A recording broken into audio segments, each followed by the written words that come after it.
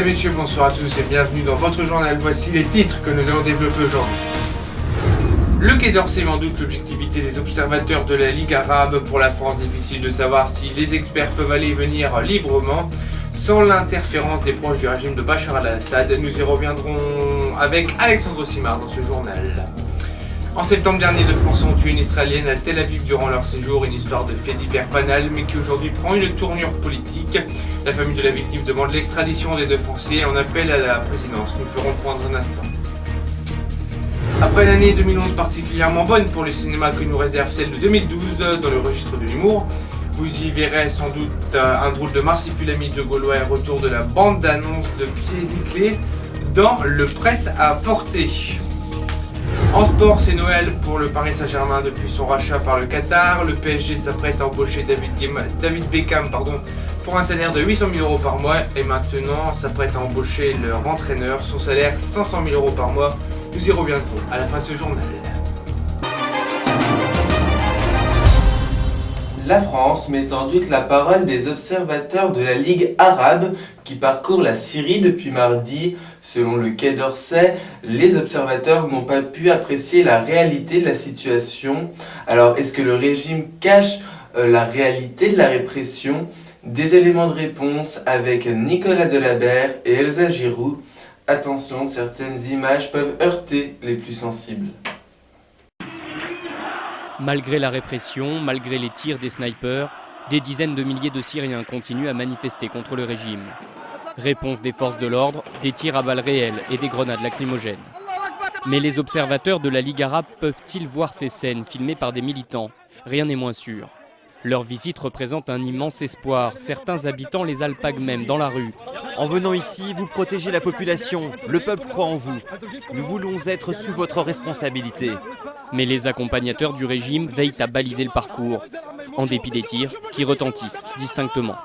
Les autorités travestissent la réalité aux observateurs, affirme cette journaliste en contact quotidien avec les rebelles. Ça paraît très peu vraisemblable qu'ils aient accès aux hôpitaux clandestins. Aux prisons, les prisons de Homs ont été vidées spécialement. Après plusieurs jours de bombardement, l'armée a aussi retiré ses blindés de la ville. Un repli probablement temporaire, craint l'Observatoire syrien des droits de l'homme.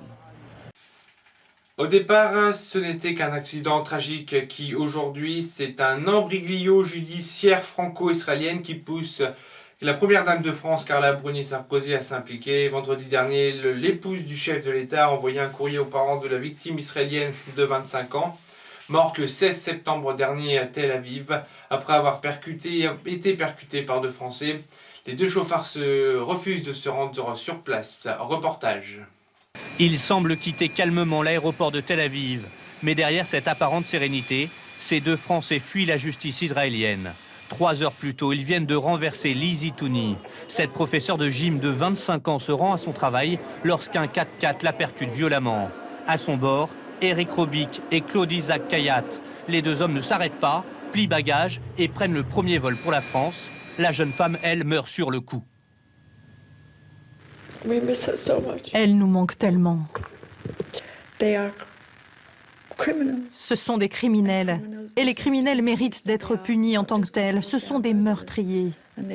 Ils ont tué ma fille adorée. Quelques jours après, l'un des 2 chauffards accorde une interview à une chaîne de télévision israélienne. Il tente alors d'expliquer sa fuite. On a fui parce qu'on a eu peur. On est français et pas israéliens. Sur le coup, on s'est dit qu'en Israël, on allait prendre 20 ans de prison. Ils ont totalement paniqué. Et dans cette panique, ils n'ont pensé qu'à une seule chose, revenir sur le territoire national pour être près de leur famille. Mais pour l'État hébreu et la famille de Lizzie Touni, justice doit être rendue en Israël. Pour ce faire, sa mère écrit à Carla Bruni-Sarkozy, qui lui répond à titre personnel. Les autorités françaises et israéliennes coopèrent activement pour que les procédures en cours se déroulent rapidement et efficacement.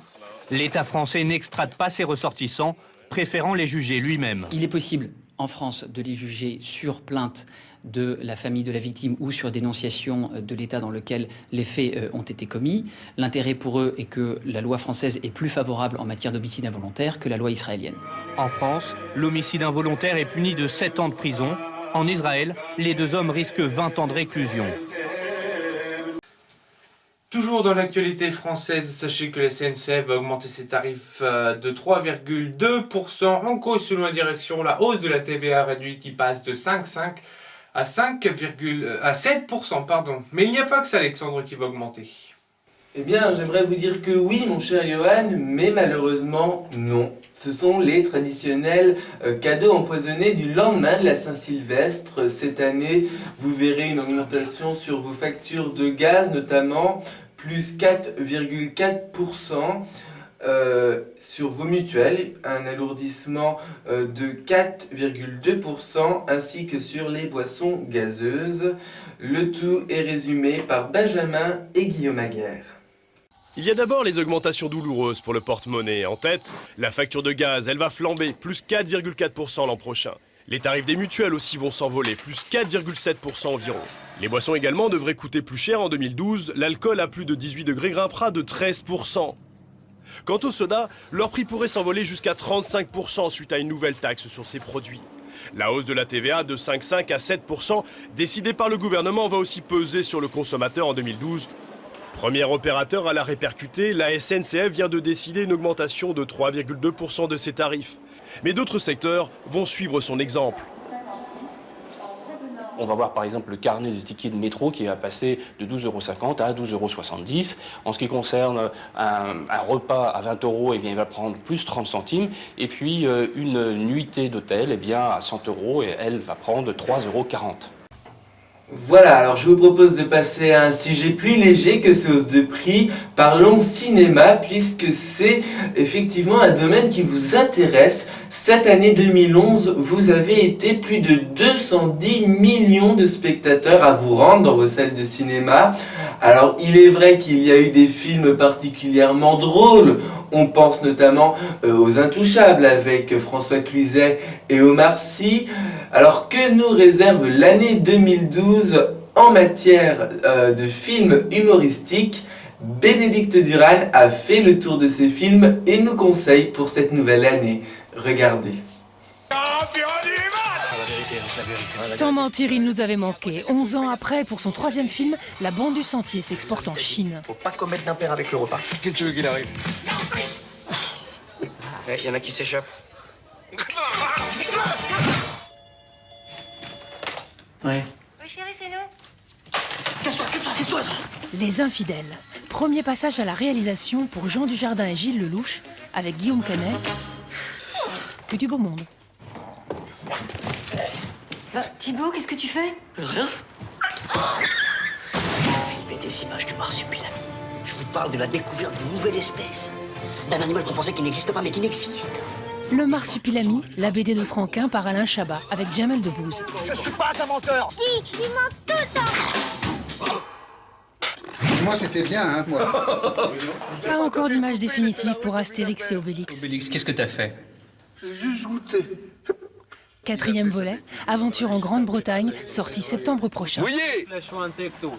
Mais faut-tu me foutre la corde? Tu sais pourquoi les Belges s'entraînent au tennis avec des boulons? Non. Pour la Coupe Davis. Vous connaissiez les blagues des Français sur les Belges? Venez donc découvrir celles des Belges sur les Français. Tu sais comment il fait le Français pour se suicider? Non. Il tire à 15 cm au-dessus de sa tête, dans son complexe de supériorité. Il était une fois, production française, présentée au Festival de l'Alpe d'Huez en janvier prochain. Tu sais comment on sauve un Français de la noyade? Non. Tant mieux. Voilà des films à voir donc en 2012. Et puis on va parler maintenant du Paris Saint-Germain, Johan, puisqu'il paraît que le PSG n'en finit pas d'embaucher à des prix exorbitants. Et oui, l'arrivée de Carlo Ancelotti comme entraîneur du Paris Saint-Germain à la place d'Antoine Camboire semble désormais imminente. Par ailleurs, le futur salaire fait déjà la une des journaux. Alors jusqu'où iront les folies du Qatari? Réponse de Thierry Coiffier et Guillaume Briot.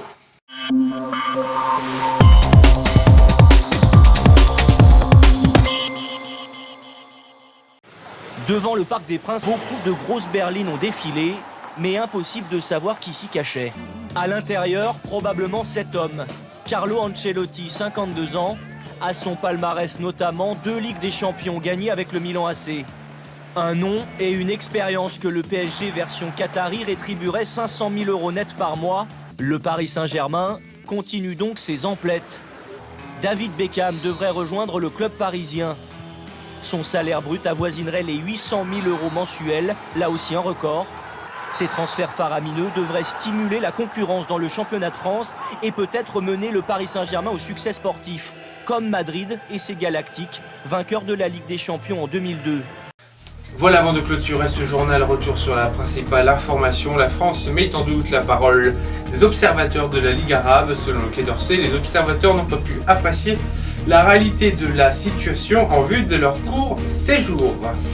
Voilà, et c'est la fin de ce journal, merci de nous avoir suivis. J'ai été très heureux de vous présenter cette première édition sur ce nouveau plateau en compagnie de Johan. Pour 2012, bien, on peut vous souhaiter bien évidemment plein de bonnes choses, plein de bonheur. Mais également, moi ce que je vous conseillerais, c'est de prendre du temps pour vous, c'est très très important. Nous, bien évidemment, nous serons là pour vous informer, en espérant avoir que de bonnes choses à vous dire en cette année 2012. Merci de votre très haute fidélité et de votre confiance sur Info TV. À très vite. Merci de votre fidélité.